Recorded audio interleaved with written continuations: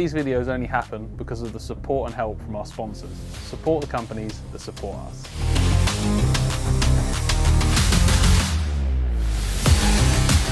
So welcome to Valencia. This is the launch of Ducati Scrambler for 2023, and yeah, we're just coming out for a quick spin around Valencia. It's a little bit different because normally we get a big technical presentation and then the following day we go for a huge ride, which we are going to do tomorrow, but we've arrived a bit early in Valencia and Ducati were like, should we go out, go grab a coffee, see some of the sights of Valencia?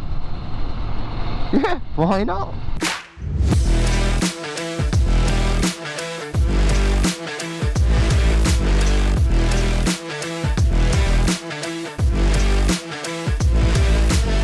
Every time I get on the Scrambler, I don't want to fall into this hipstery, icony, kind of trendy, beardy, whatever you want to call it. Yeah, every time I ride it, I fall into it. Every time I ride it, I think I'm cool. And I'm definitely not cool, but I like to think I am when I ride this bike. So if a bike makes you feel good, and it's got a cool image, surely that's a bonus. Surely that's a positive thing, not a negative thing.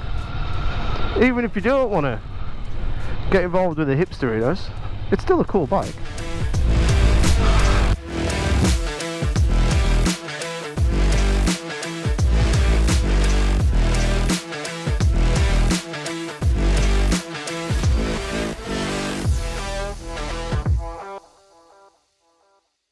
We've got about an hour and a half of faster riding back to the hotel, and I'll give you a bit of an update and a verdict when we get back.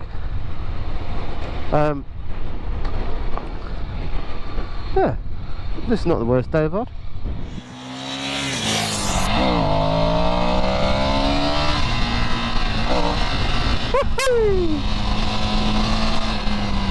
Well, it's just fun. I mean, that front is a little softer.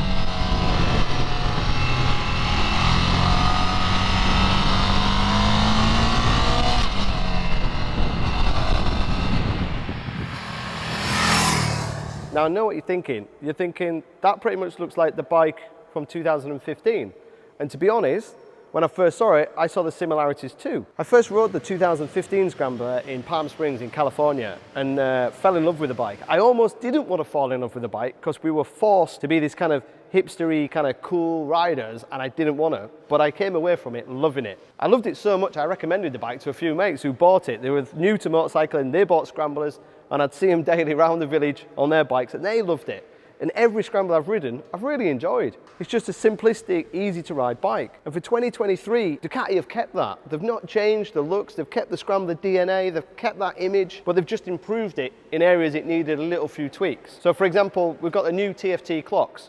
We've got ride-by-wire fueling. Now the ride-by-wire fueling means not only can we make the bike Euro 5, but we can also add rider aid. So we've got 2 rider modes, we've got multiple cornering ABS, and we've got traction control. So the cornering ABS you can't switch off, that's the same, but the traction control is 0 to 4 and changes in the modes, and if you switch it off, it stays off. On top of that, we've lost a little bit of weight. The shock has changed, because if you remember, the shock was on the right hand side and now it's central. The exhaust routing has changed. The subframe is a bolt on. The wheels are a little bit lighter. In terms of braking, the brakes are the same, single disc on the front, and we've still got the big chunky tyres that we've always had from Pirelli. And we've had the opportunity today to really put some good miles on this bike. Last night and yesterday afternoon, we rode the bike around Valencia, and that's kind of its home, in the city, riding in town.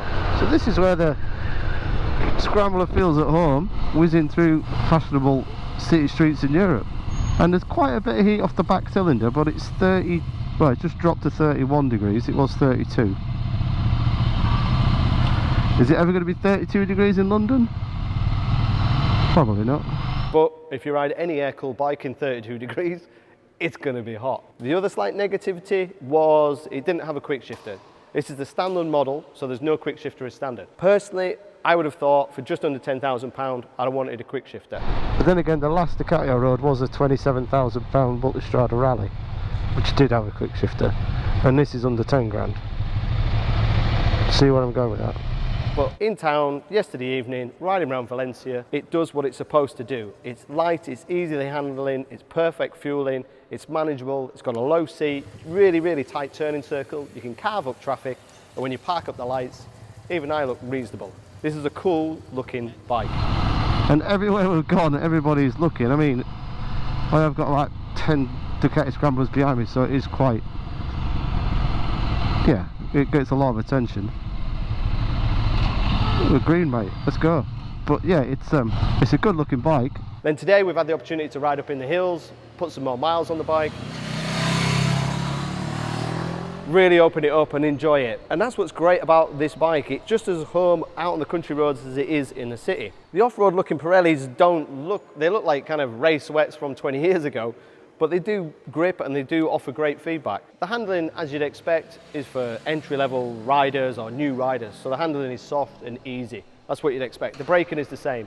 These are not racing radial Brembo style Emmas. It's one single disc, but it's nice and progressive, nice and easy. The cornering ABS is a real nice added bonus for new riders, as is the traction control, because there was a few times here in Spain where you hit a little bit of dust and there's quite a lot of slippery roundabouts, and you can feel that kick in over white lines. So that's another added bonus. If you push the envelope a little bit and you start to ride a little bit hard, then it does become a little soft. For me, the Scrambler for 2023 is sportier. So before you kind of sat back with wide bars and you steered the bike kind of from the middle in a kind of Beach Boys kind of chilled out Scrambler traditional 70s riding style. Now we've moved slightly with the smaller bars and the seat's gone up slightly, and we're further forward in the chassis, which means you ride a little bit more aggressive, which means you put more weight on the front and you ask more questions of the front. And if you do ride it really hard, the front is soft and it's non-adjustable. But again, this is for like riders like me and Chris who are probably riding the bike way out the design parameter of what this bike was supposed to do.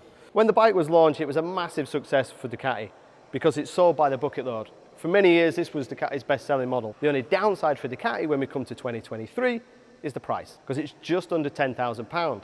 And under £10,000, this market is packed full of different scramblers, retros, nakeds, from Triumphs to KTMs to Japanese. It's a really congested market for that under 10,000 kind of commutey, fun, funky looking bike. But in terms of styling and appeal and appearance, I think it looks great. It's kept on that Scrambler DNA from 2015. I still think it looks good. The minor little changes have made a difference. Like, you don't notice them initially, like the exhaust routing is completely different. The movement of the shock is completely different. The TFT clocks, the rider airs, the fly-by-wire, the soft fueling, it all adds up to a very different Scrambler. It might look like the old one, but it's a big step in terms of Scrambler terms.